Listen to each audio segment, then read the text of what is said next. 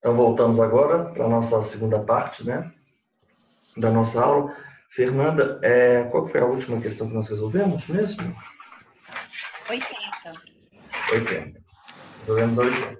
Então, vamos continuar aqui com a nossa resolução das questões preparatórias para o VUNESP. Primeira fase, direitos reais. 81. Assinale a alternativa correta acerca do Instituto da Hipoteca. Então, nós temos lá, na parte final, começar a nossa aula, marcar o tempo aqui. Então, vamos abrir o nosso Código Civil para nós acompanharmos, né, pelo Código Civil, direito de família. O penhor e a hipoteca anticrese, eles são direitos reais, conhecidos como direitos reais de garantia, correto? Nós temos essas disposições pertinentes ao penhor e a hipoteca anticrese a partir do artigo 1419. Depois, nós temos as disposições específicas a respeito do penhor, em 1431. Nós temos da hipoteca a partir do 1473 e da anticrese 1506. E essas disposições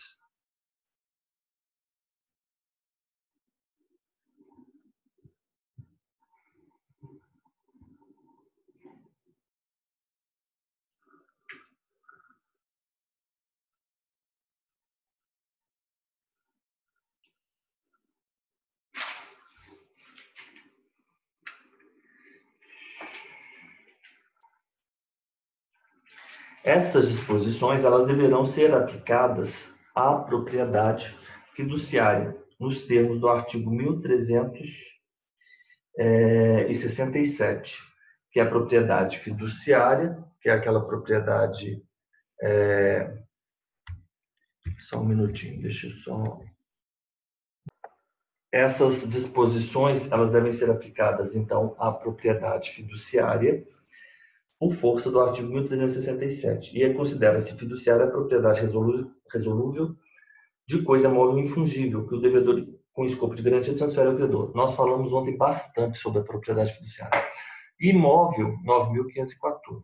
Móvel infungível, especificamente, 1361, correto? Então, sempre tem um contrato, e ele é instrumento público ou instrumento particular, que vai constituir essa propriedade fiduciária. A propriedade fiduciária, ela é diferente da hipoteca, porque na propriedade fiduciária, a efetiva transferência da propriedade para o credor fiduciário, correto? O que não ocorre na hipoteca. Portanto, na hipoteca, não há que se falar em desdobramento da posse, em posse direta e posse indireta. Isso acontece na propriedade fiduciária, na transmissão, que constitui-se com o instrumento público ou particular, registrado ou no RTD, correto, do devedor, e se for um veículo, na repartição competente para o licenciamento. Você faz o registro no DETRAN, na repartição competente, no DETRAN de Minas Gerais, e você faz a anotação no certificado de registro, correto? E é esse parágrafo segundo. Com a constituição da propriedade fiduciária, dá-se o desdobramento da posse, tornando-se o devedor possuidor direto. Quem é o devedor? Ele é possuidor direto. E quem é o credor? O devedor, o proprietário, e o possuidor indireto. Correto? Ele não fala transferência. A propriedade fiduciária é aquela que é transferida com escopo de garantia. A hipoteca também é um direito real de garantia, mas com ela, com a hipoteca, não há a transferência do imóvel. Vamos lá. A propriedade superficiária não pode ser objeto de hipoteca? A propriedade superficiária não pode ser objeto de hipoteca? Pessoal, vamos todos juntos. O que pode ser hipotecado, penhorado e dado em anticrese? O que pode? O que? A coisa. Qual coisa? Aquela coisa que pode ser alienada. A superfície pode ser alienada? Sim, a superfície, ele não usa a palavra alienada, mas ele fala o seguinte, ela pode ser transferida para terceiros e aos herdeiros no caso da morte. Então, sim, a superfície pode ser alienada? Sim. Vamos lá na superfície? No direito de superfície. a partir do artigo 1369, ela fala alienação do imóvel no 1373 ou do direito de superfície. Mas no 1372 ele não usa a expressão alienado. Esse é o artigo a que eu me referia agora. 1372. O direito de superfície ele pode ser transferido a terceiros e por morte aos herdeiros. Então ele pode ser transferido e por morte. O 1373 ele fala, no caso de alienação do imóvel ou do direito de superfície, então sim, então nós temos que conjugar as disposições gerais do período da hipoteca e anticrese com essas disposições do artigo 1372 e 1373. O que pode ser dado em penhor, hipoteca e anticrese? Aquilo que pode ser alienado. E por quem? Por quem tem o poder de fazê-lo. Vamos lá? Nas garantias pelo penhor, anticrese ou hipoteca, o bem dado em garantia fica sujeito por vínculo real ao cumprimento da obrigação. 1420. Só aquele que pode alienar poderá empenhar, hipotecar ou dar em anticrese. Então, eu só posso dar em penhor, dar em hipoteca, dar em anticrese, se eu posso alienar. Se eu tenho o direito de alienar, né? Só os bens que se podem alienar poderão ser dados em penhor, anticrese ou hipoteca. Portanto, a superfície pode ser alienada. Os bens, se ela é entendida aqui como um direito real, claro, mas se ela pode ser alienada, ela pode ser dada em hipoteca. Portanto, é falso dizer que a superfície não pode ser dada em hipoteca. O usufruto não pode ser dado em hipoteca. Isso é verdade. Então, vamos organizar as frases. A superfície pode ser dada em penhor, hipoteca e anticrese, o direito de superfície, e o usufruto não pode ser dado em penhor, hipoteca e anticrese, porque não pode ser usufruto alienado. A superfície pode ser dada em penhor, hipoteca e anticrese, porque a superfície pode ser alienada. Correto? E são direitos imóveis. Vamos lá nos bens imóveis, na verdade. E o 1473 é expresso também no inciso 10. 1473 no inciso 10. Isso, 1473. A propriedade superficiária podem ser objeto de hipoteca à propriedade superficiária. Então, a gente confirma com essas regras específicas a coerência do Código Civil. Obrigado, Fernando. Agora, vamos aqui na letra dos bens. Lá na parte, no artigo 200, alguma coisa do Código Civil.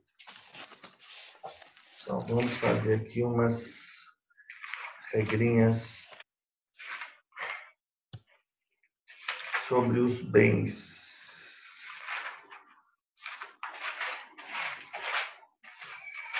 Dos bens. São móveis, energias que têm valor econômico, direitos reais sobre imóveis e ações, os direitos pessoais de caráter patrimonial.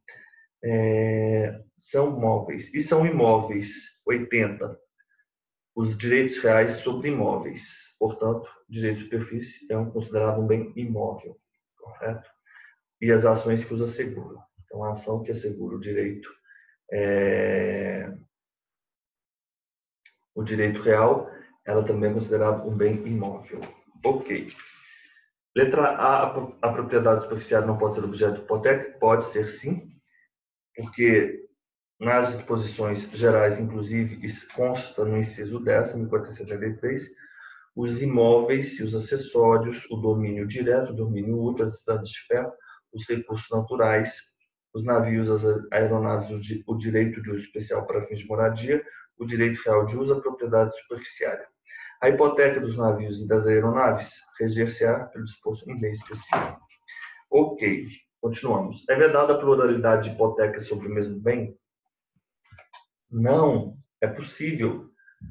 Vamos aqui localizar essa disposição. É possível. Não sei se vou encontrar essa.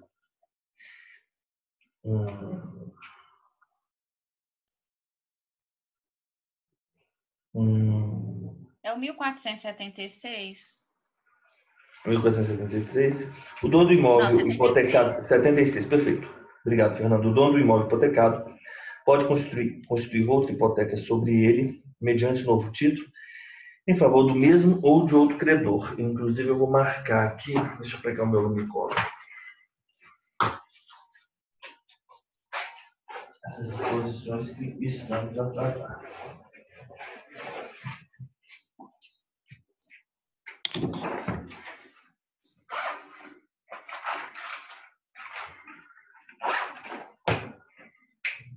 Mil 476. Essa é muito importante. O dono do imóvel hipotecado, ele pode constituir outras hipotecas sobre ele, mediante novo título, em favor do mesmo ou de outro credor. 1475 também é de suma importância. É nula a cláusula que proíbe ao proprietário alienar imóvel hipotecado. Parágrafo único. Pode convencionar-se que vencerá o crédito hipotecário se o imóvel for alienado, né? A hipoteca abrange todas as seções, melhoramentos ou construções do imóvel. Subsistem os ônus reais constituídos e registrados anteriormente à hipoteca sobre o mesmo imóvel.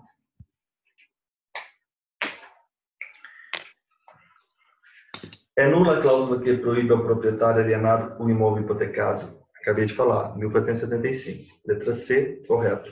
As hipotecas legais independem de registro público. Pessoal, é verdade isso. A lei confere hipoteca legal, 1489. As pessoas de direito público sobre os imóveis pertencentes aos encarregados da cobrança, guarda ou administração dos respectivos fundos e renda. Vamos seguindo aí, Fernando, por favor. A hipoteca ela tem disposições gerais, nós temos a hipoteca legal, depois nós temos 1489, a quem a lei confere hipoteca legal. Então, as pessoas de direito público, correto? Aos filhos sobre os imóveis do pai ou da mãe, que passaram a outras núpcias antes de fazer o inventário do casal anterior, ao ofendido ou aos seus herdeiros sobre os imóveis do delinquente para satisfação do dano causado pelo delito e pagamento das despesas judiciais. Então, hipoteca legal, ao coerdeiro para garantia do seu quinhão ou torna da partilha sobre imóvel adjudicado ao herdeiro reponente e ao credor sobre o imóvel arrematado para garantia do pagamento do restante do preço da arrematação. Ok. O credor da hipoteca legal ou que o represente poderá, provando insuficiência dos imóveis especializados, exigir do devedor que sejam reforçados com outros.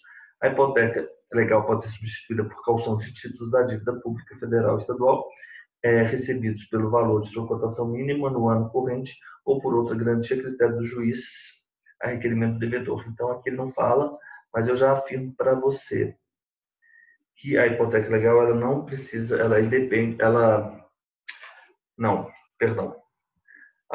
as hipotecas legais independem de registro público. Foi considerada essa resposta como resposta errada. Mas a C que é correta, né? Que tá a letra de lei mesmo. Então essa D aqui não consta nada. Então a gente vai entender que sim, as hipotecas legais elas devem ser registradas, né? Aqui, olha o 1497. 1497, do registro da hipoteca. As hipotecas legais de qualquer natureza deverão ser registradas especializadas. Obrigado, Fernanda, é isso mesmo. 1497. 1497. As hipotecas legais de qualquer natureza é porque tinha um registro da hipoteca. Vamos lá falar sobre o registro da hipoteca. As hipotecas, elas serão as hipotecas legais judiciais. Pessoal, nossa, não acredito nisso. Tem essa disposição na Lei 6.015, 167, as hipotecas legais, judiciais e convencionais, o hipogloss, você lembra disso? É o hipogloss. Legais, judiciais, convencionais. E como a gente pode esquecer disso? As hipotecas serão registradas no cartório do RI ou no de cada um deles, se o título se referir a mais de um. As hipotecas serão registradas no cartório do imóvel, né, ou no de cada um deles. Compete aos interessados, exibido o título, requerer do registro da hipoteca. Então, vamos marcando aí que a gente já vai vencendo esses dispositivos, né? Compete aos interessados, exibido o título, requerer o registro da hipoteca. Os registros e as averbações seguirão a ordem que forem requeridas, verificando-se ela pela sua numeração sucessiva no protocolo. o número de ordem determina a prioridade e esta preferência entre as hipotecas. Isso aí a gente já sabe bastante, né? Porque a gente já está estudando a Lei 6.015 há muito tempo. 1494. Não se registrarão no mesmo dia duas hipotecas, ou uma hipoteca e outro direito real sobre o mesmo imóvel, em favor de pessoas diversas, salvo se as escrituras do mesmo dia indicarem a hora em que foram lavradas. A mesma disposição na 6.015.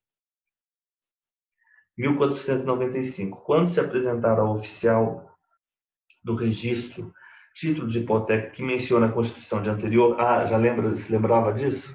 Essa aqui, você lembra disso? Então, você faz o seguinte, e ela não está registrada, você sobrestará ele na inscrição da nova, depois de a prenotar, então você prenota, você vai sobrestar 30 dias, aguardando que o interessado inscreva a precedente. Esgotado o prazo sem que se requeira a inscrição desta, a hipoteca ulterior será registrada e obterá preferência. Nossa! A gente, por exemplo, recebendo a hipoteca, terá preferência.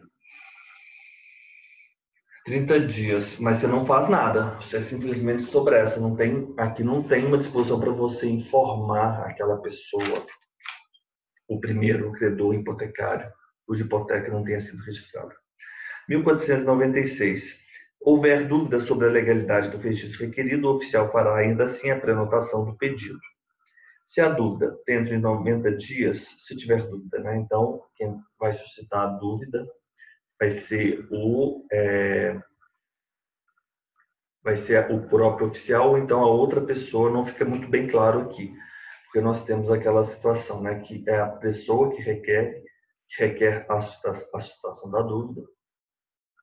Essa é a regra geral, mas nós temos a outra situação que eles chamam também de dúvida inversa. A dúvida inversa é quando o próprio quem suscita a dúvida, na verdade, não é, nos termos da Lei 6.015, o oficial do registro de imóveis. Na verdade, quem suscita a dúvida, quem requer que seja suscitada a dúvida é o apresentante, correto? É o apresentante. O que eles falam dúvida inversa, salvo o melhor juízo, é quando o próprio oficial promove a suscitação da dúvida. Dúvida inversa.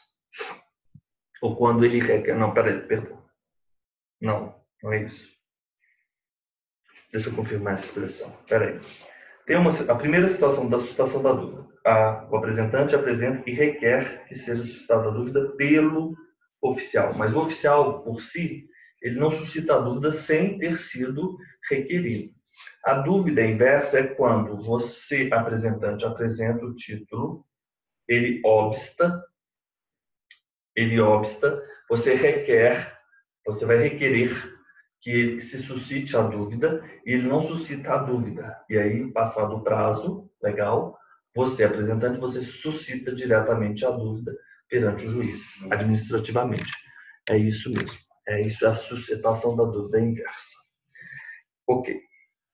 Mas aqui, se tiver dúvida sobre a legalidade do registro, o requerido oficial fará ainda assim a prenotação do pedido. Se a dúvida dentro de 90 dias, então aqui nesse caso foi pedido pelo apresentante que fosse suscitada a dúvida pelo oficial. Se a dúvida dentro de 90 dias for julgada improcedente, o registro efetuar-se-á com o mesmo número que teria na data da prenotação. No caso contrário, cancelada esta, receberá o registro o número correspondente à data que se tornar a requerer. Claro, porque está sobrestado, né? Nesse caso específico, nós temos o prazo de 90 dias. Se a dúvida dentro de 90 dias for julgada improcedente, então vou promover o registro, né? Se for julgada improcedente, o registro efetuar-se-á com o mesmo número que teria na data da prenotação. Caso contrário, cancelado, esta receberá o registro. Essa dúvida, você lembra daquela frase? Esse título não é hábil registro. Então, se ela é julgada procedente, ele está falando que o título não é hábil registro. É o contrário. Você percebeu que é o contrário aqui? Porque ele está falando, então, esse título não é hábil registro. Então, a gente tem que estar sabendo do que estamos a tratar aqui, é daquela parte final da 6.015, do procedimento de dúvida. O teor da dúvida suscitada é, esse título não é hábil registro. Então, nós temos duas possibilidades. Procedente. A dúvida é procedente. Quando eu digo que é procedente, eu estou dizendo que esse título não é hábil ao registro. Correto? Esse título não é hábil ao registro. Quando eu estou dizendo que a dúvida é improcedente, eu estou dizendo que esse título é hábil ao registro. Então, a prenotação, se for julgada improcedente, ou seja, esse título não é hábil ao registro, e sim procede. Portanto, Não, ele é hábil ao improcedente é registro. para registrar. Exato. Então, está coerente com as disposições da Certo, tá 6.015. igualzinho a Está certo. 6.015. Está igualzinho a 6.015. Correto. Não tem dúvida. Está certo. As hipotecas legais de qualquer natureza deverão ser registradas e especializadas. O registro e a especialização das hipotecas legais incumbem a quem está obrigado a prestar a garantia, mas o interessado pode promover a inscrição destas hipotecas ou solicitar o MP que o faça. As pessoas às quais incumbir o registro e a especialização das hipotecas legais estão sujeitas às perdas e danos pela omissão. Vale o registro da hipoteca enquanto a obrigação perdurar, mas a especialização em completando 20 anos deve ser renovada. 1400, esse artigo aqui é importante.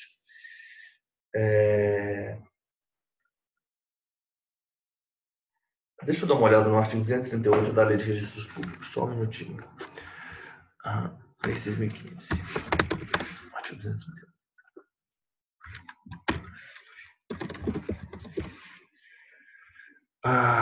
Vamos lá.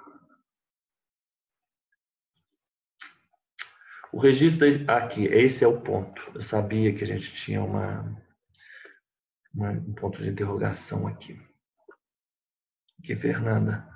O registro da hipoteca convencional vale pelo prazo de 30 anos, fim do qual só será mantido o número anterior se reconstituída por novo título e novo registro. Vale o registro da hipoteca enquanto a obrigação perdurar, mas a especialização em completando 20 anos deve ser renovada.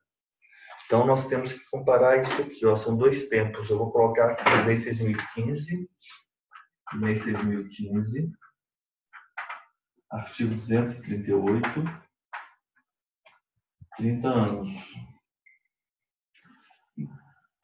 Correto? O registro da hipoteca vale pelo prazo de 30 anos. É convencional, né? Ele fala só da convencional aqui. O registro da hipoteca convencional vale por 30 anos. O registro da hipoteca convencional vale 30 anos. Lei 6.015, artigo 238. O registro da hipoteca convencional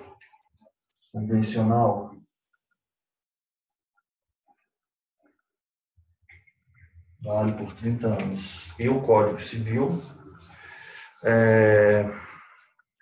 interessante, né? 1498. Se a gente não está estudando e revisando, não tem como lembrar disso. Eu sabia que tinha um tempo, mas eu sempre fico em dúvida qual é 20 e qual é 30. A especialização, 20 anos, deve ser renovada. Vale o registro da Então, a hipoteca? legal e a judicial é 20 anos e a convencional? Não, porque ele está falando do registro da hipoteca. Aqui ele fala diferente. Vale o registro enquanto a obrigação perdurar. Vale, a primeira coisa, vale o registro enquanto a obrigação perdurar. Outra coisa, especialização, 20 anos, renovada. Especialização,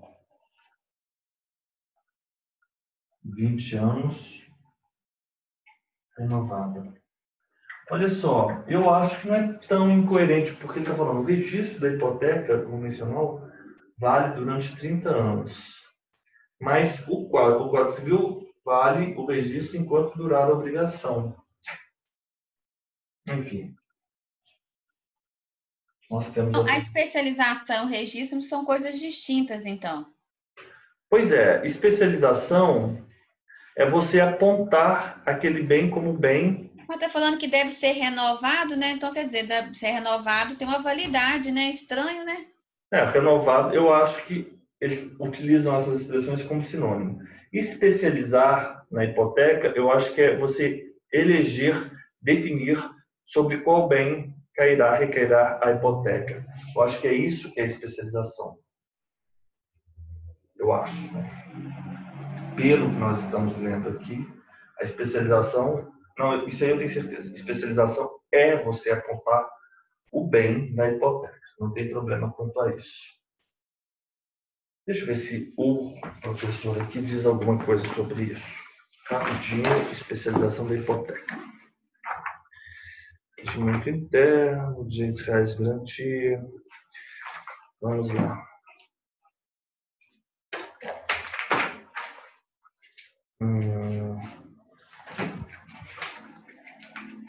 Promessa de compra e venda, ele está falando de compra e venda. A remissão da hipoteca, já vimos isso. Hipoteca celular. Importante extinção da hipoteca. Anticrese. Hipoteca celular. Hipotecas especiais. Hipoteca judiciária. Hipoteca legal. Ele não fala sobre o registro da hipoteca.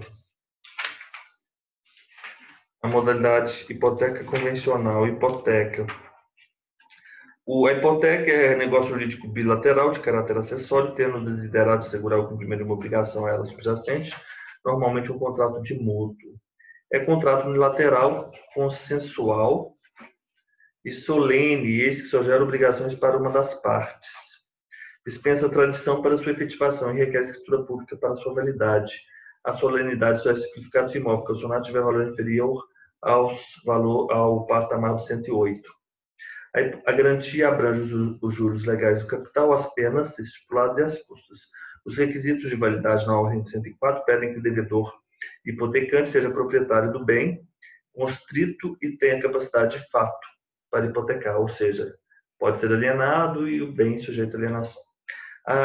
Não somente são cauteladas por hipoteca as obrigações de dar a coisa certa, eventualmente o cumprimento de uma obrigação de fazer e não fazer. Excepcionalmente, sujeito a hipoteca convencional, não é isso. Vamos ver se ele trata da especialização.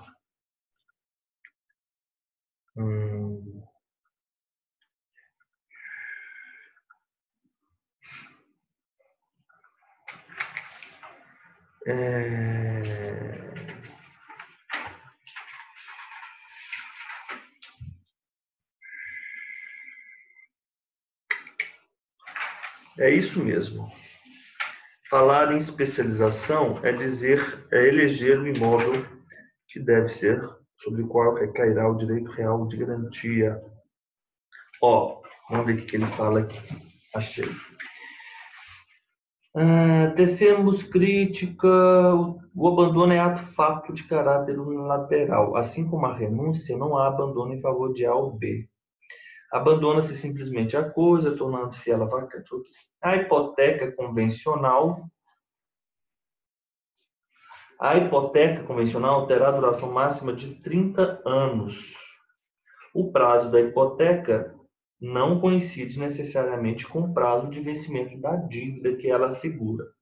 Isso posto, veda-se a instituição do ônus real por prazo superior ao da própria obrigação principal, pois no Brasil não existe o instituto da hipoteca autônoma, desvinculada de qualquer obrigação subjacente que lhe dê causa. Orlando Gomes. A cláusula relativa ao prazo fica ao arbítrio das partes, mas a lei intervém ao estabelecer que o contrato não pode subsistir além de 30 anos. Decorrido esse prazo, perece. Ou seja, caso A obtenha empréstimo de B, ou seja, A teve um B, ele com prazo de pagamento de 3 anos, jamais poderá a hipoteca ultrapassar o triênio, sob pena do contrato acessório garantir uma obrigação principal que não mais existe. Contudo, a recíproca é viável, pois nada impede que a garantia real dada pelo mutuário seja pelo prazo inferior à obrigação principal. Tendo que, nos 2 últimos anos, o credor perde os atributos da preferência e sequela, hipoteca com prazo de 1 ano e dívida de 3 anos, convertendo-se em quirografário. Ou seja, o registro da hipoteca convencional vale por 30 anos, mas a gente tem que somar isso, que a hipoteca ela vale pelo prazo de vencimento da dívida. O prazo da hipoteca,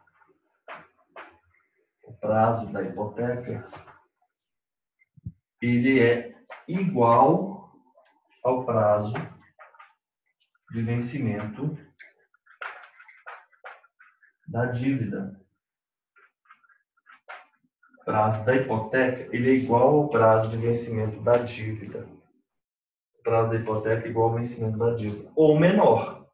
Então, se a dívida ela tem um vencimento em 3 anos, dívida de 3 anos, eu posso ter uma hipoteca de 1 ano, 2 anos, 3 anos, mas 4 anos, não. 4 anos, não. Eu posso ter um contrato, ele, segundo o Orlando Gomes, um contrato no Brasil de 30 anos, no máximo. Contrato de 30 anos. Contrato de 30 anos. O contrato vale 30 anos, portanto, a hipoteca ela só vale durante 30 anos. Seria isso. Vamos continuar aqui com os nossos exercícios. Interessante, né? As hipotecas legais independem é falso em regra a arrematação do bem não é causa de extinção da hipoteca. As causas de extinção da hipoteca são todas previstas aqui na nossa parte final, né? Da hipoteca legal. 1499. 1499. Hipoteca extingue-se pela extinção da obrigação principal, pereceu a coisa.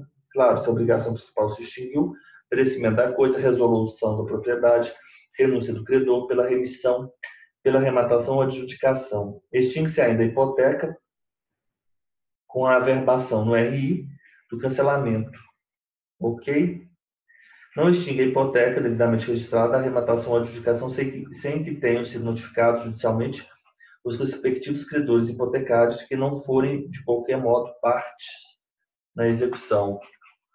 Aqui na 6.015, no final, nós temos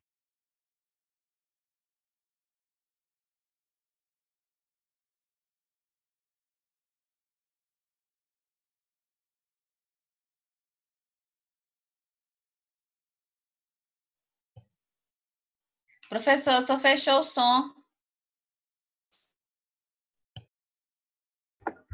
Nós já falamos muito sobre essa remissão do imóvel hipotecado aqui. Remissão. Essa remissão é com C cedilha, não é o perdão. Vamos marcar isso aqui. O 1511, vou marcar com o Micó. Não extingue a hipoteca devidamente registrada, a arrematação ou adjudicação, eu sei que tenham sido notificados judicialmente os respectivos credores hipotecários que não forem, de qualquer modo, partes na execução. Extingue-se ainda a hipoteca com a averbação no RI do cancelamento do registro à vista da respectiva prova, extinção da hipoteca. Essas aqui são as modalidades da extinção da hipoteca.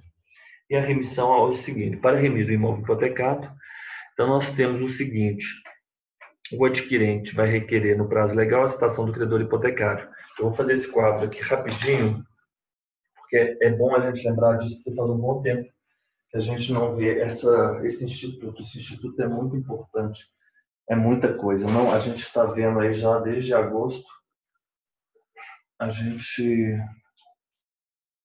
Vou voltar aqui só para a gente passar esse quadro aqui para o pessoal que vai assistir a aula depois.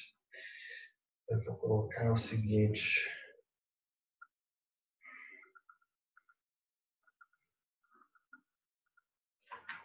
Vamos lá.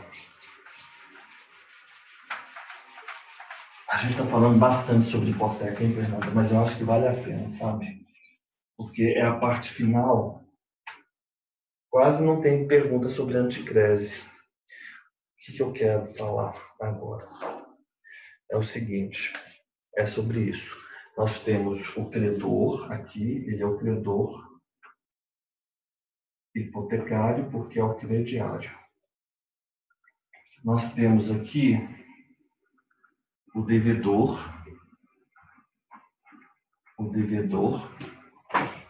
hipotecante. Esse problema dessa parte da remissão é esse quadro aqui. Então, o devedor, ele é devedor porque ele recebeu um dinheiro, correto? Do credor hipotecário. Ok. A casa continua com ele, porque na hipoteca não há transferência da propriedade. O que ocorre é o seguinte: nessa casa vai ter um ônus, não, um vínculo real, um direito sobre este imóvel, haverá um vínculo real de garantia, correto? Sobre o imóvel. Ok. Há um vínculo real de garantia sobre o imóvel e esse vínculo real de garantia em favor do credor que promoveu o empréstimo ao devedor. E aqui vem essa terceira figura. Você está acompanhando aqui, Fernanda? Eu vou abrir aqui para você. Deixa eu abrir para você acompanhando aqui, vai ficar melhor. Você vai, abre a sua lei, por gentileza, que eu vou seguindo aqui. E aqui vamos ter a outra figura. O problema é o seguinte: quando a pessoa pensa devedor, ela pensa adquirente. Vocês se lembram que eu posso vender o imóvel hipotecado porque é nula a cláusula que proíbe a alienação do imóvel hipotecado? É nulo. Eu posso vender o imóvel hipotecado. A hipoteca ela está registrada no RI. Então, quando eu vou promover a minha venda, a minha escritura de compra e venda, eu vou ter em mãos como tabelião de notas as certidões de ônus, as certidões de interteor, as certidões de ações e as certidões de ônus. Então, para que eu lavre a minha escritura pública, eu tenho que ter em mente essas certidões. E essas certidões, elas vão indicar o registro, tanto na certidão de ônus quanto na certidão de interteor, o registro da hipoteca. Então, se eu estou comprando, eu tenho a obrigação de verificar as certidões atualizadas do RI, ok? Para remir o imóvel hipotecado, então, o adquirente. O que vai acontecer? Eu quero transferir para ele a casa e ele vai transferir o dinheiro. Quem é essa figura? Adquirente. É isso que eu tenho que ter em mente. A estrutura que eu tenho que ter em mente é essa. Essa é a estrutura da remissão de imóvel hipotecado. Hipoteca e remissão de imóvel hipotecado. Hipoteca e a remissão de imóvel. Para remir o imóvel hipotecado, quem vai remir? O adquirente, óbvio. Então, ele vai promover a remissão, ele vai remir. Porque remir é remissão. Remissão. Para remir o imóvel hipotecado, ele vai requerer a citação de quem? Dos credores hipotecários. Então, a primeira providência é a citação dos credores hipotecários. Citação dos credores hipotecários propondo para remissão no preço mínimo, o preço porque ele adquiriu o imóvel. Na verdade, você adquire o imóvel e depois você vai liberar aquele imóvel daquela garantia. Tanto é que quando eu ministro essa aula é ótima.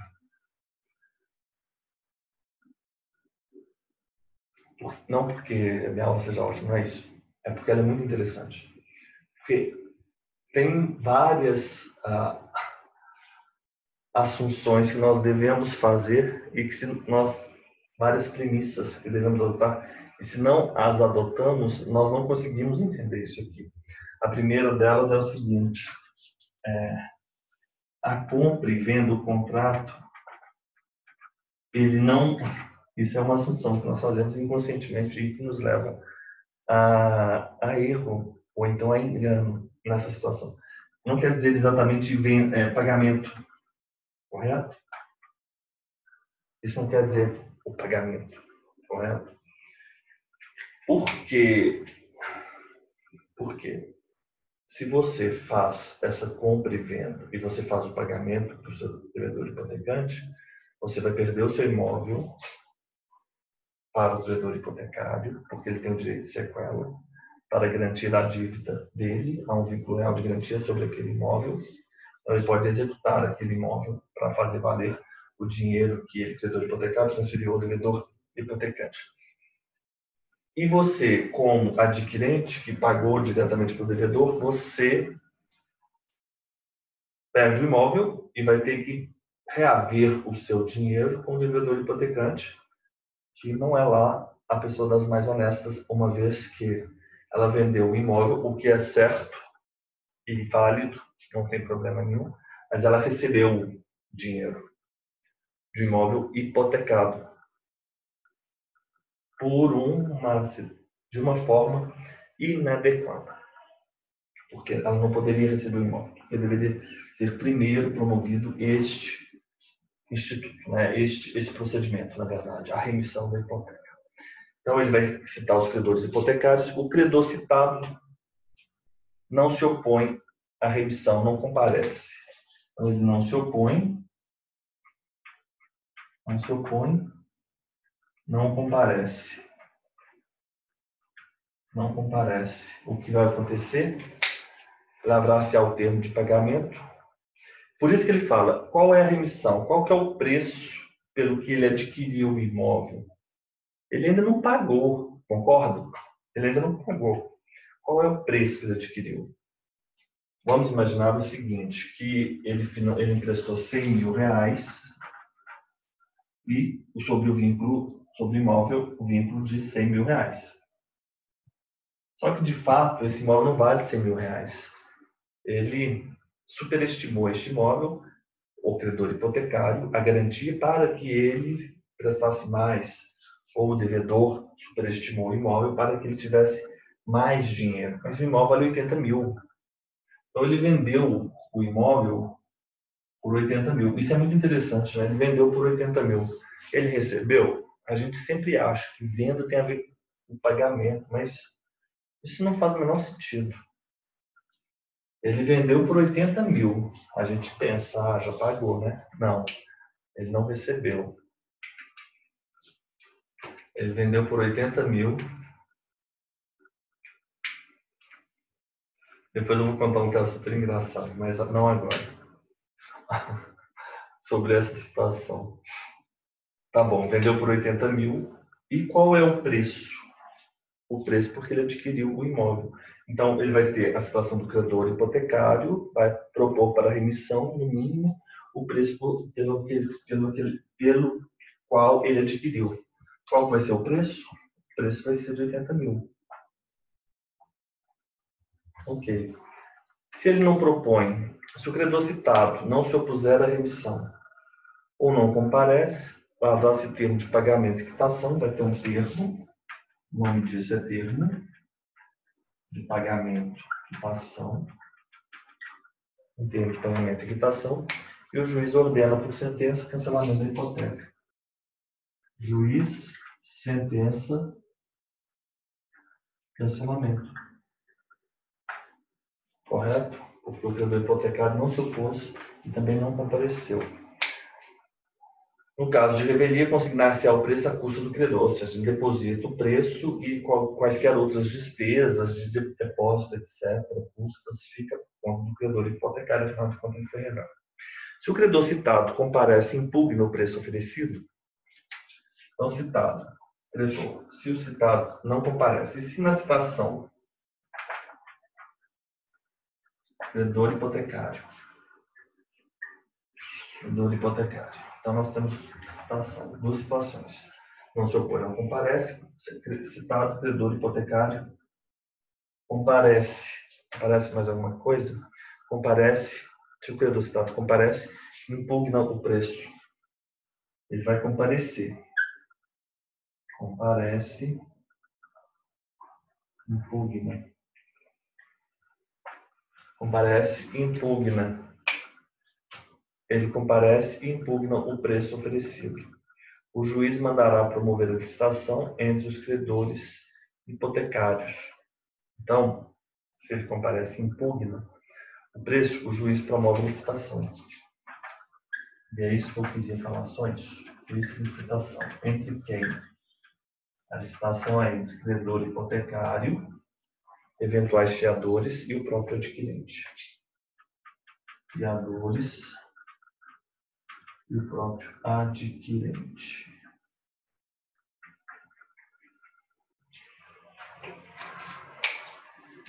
Vamos lá? Quem mandou a foto?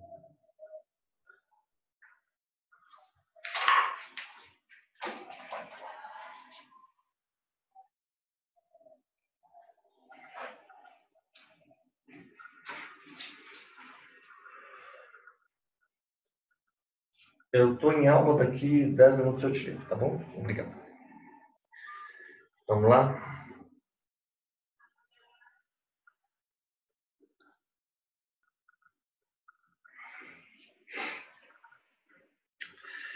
Vamos lá.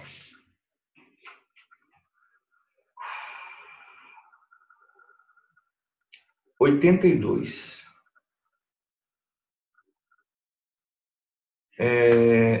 Falamos sobre a 81.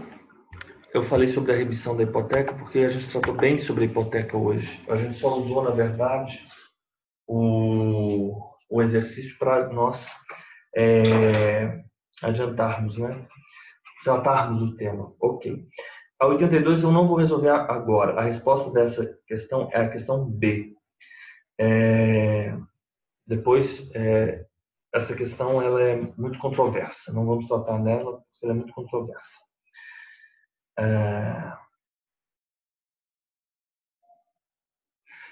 O caso de furto ou roubo, a propriedade ela não é transferida e a posse legitimada, porque essa negociação jurídica ela é nula, porque é ilícito o objeto, correto? Na letra D. Vou falar aqui algumas coisas. Na venda de coisa alheia, feita a tradição, a propriedade se transfere imediata e automaticamente, independente de qualquer circunstância. Isso está previsto no artigo 1228. Depende, né? Depende. 1228 não foi considerado certo pela banca. 1228 não. Isso aqui, essa questão ela é muito controversa, nós não vamos... na venda de coisa alheia feita a tradição, a propriedade se transfere imediata e automaticamente. Se for imóvel, isso não é verdade. Não é verdade. A letra B que foi considerada correta. Na venda non domino, estando o adquirente boa-fé, o alienante adquirir depois a propriedade, convalida-se no ato, considerando-se realizada a transferência desde o momento em que ocorreu a tradição. Isso é previsto no 1268, parágrafo 1º. Feita por quem? A alienação non domino da tradição. A propriedade das coisas, segundo a tradição é uma das formas de transferência da propriedade móvel, né? A propriedade das coisas não se transfere pelos negócios jurídicos antes da tradição. A propriedade das coisas não se transfere pelos negócios jurídicos antes da tradição. Das coisas móveis, né? Subentende-se a tradição quando o transmitente continua a possuir pelo constituto possessório. É aquela situação, ok? Feita por quem não seja proprietário, a tradição não aliena a propriedade. Ok, claro. Exceto se a coisa oferecida ao público em leilão ou estabelecimento comercial for transferida em circunstâncias tais que, ao adquirente de boa-fé, como qualquer pessoa, o alienante se afigurar dono. Se o adquirente estiver de boa-fé e o alienante adquirir depois a propriedade, considera-se realizada a transferência desde o momento em que ocorreu a tradição. Correto? Então, essa é a tradição. Se o adquirente feita por quem não seja proprietário, a tradição não aliena, claro, exceto se a coisa oferecida ao público em leilão for transferida em circunstâncias tais que, ao adquirente de boa-fé, como qualquer pessoa, alienante se figurar dono. E parágrafo 2º não transfere a propriedade à tradição quando tiver por título negócio jurídico nulo. Nulo, parágrafo 2º, um negócio jurídico nulo, a venda de coisa roubada. Então, não se transfere a propriedade à tradição, ok? É esse caso aqui. Vamos adiante. 83. A propriedade do solo abrange as jazidas, as minas os potenciais, os monumentos, o espaço aéreo correspondente. Isso está nas disposições gerais aqui da propriedade. Nós vamos ver o artigo 1229, a propriedade do solo abrange a do espaço aéreo e subsolo correspondentes em altura e profundidade úteis ao seu exercício, não podendo o proprietário opor-se a atividades que sejam realizadas por terceiros a uma altura ou profundidade tais que não tenha ele interesse legítimo em impedi-las. 84. A sentença declaratória de uso campeão não serve, eu vou fazer só mais essa, e a 85, ok?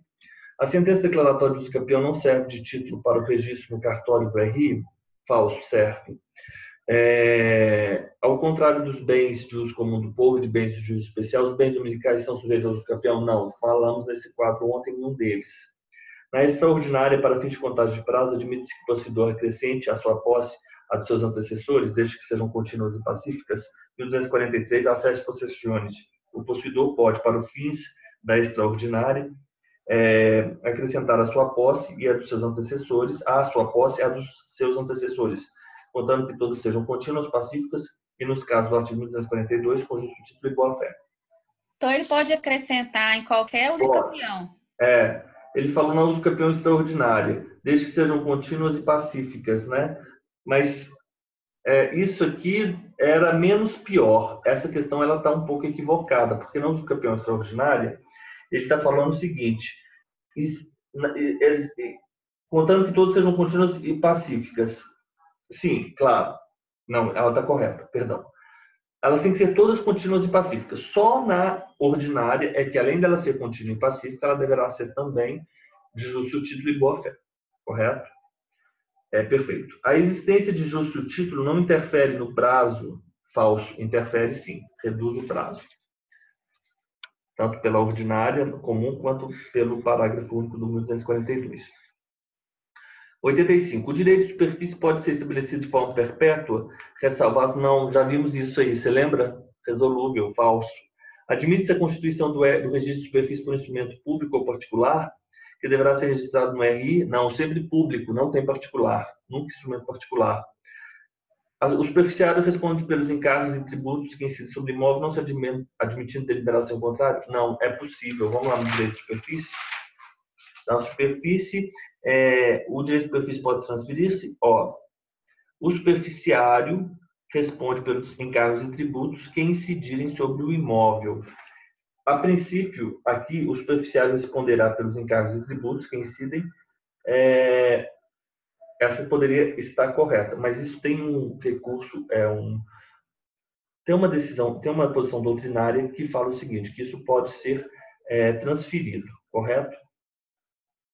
Admite-se deliberação em sentido contrário. Enunciado 94 da primeira jornada de direito civil. Deixa eu dar uma olhada se é esse enunciado.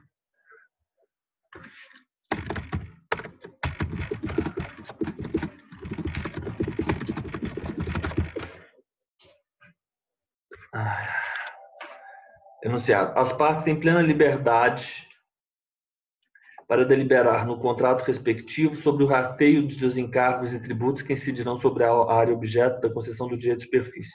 Pessoal, correto. Fernanda, número 94, enunciado número 94 da primeira jornada de direito civil. A lei não fala, mas esse enunciado fala. O direito de superfície pode ser constituído por pessoa jurídica de direito público interno? Pode sim, é o último artigo 1377. 85. Bem, fizemos assim só 5 questões, não é bem só isso, né? É a letra D, né? É a letra D, porque é o 1377. Então eu vou terminar agora a gravação. Fica online, viu, Fernanda? Só vou terminar a gravação porque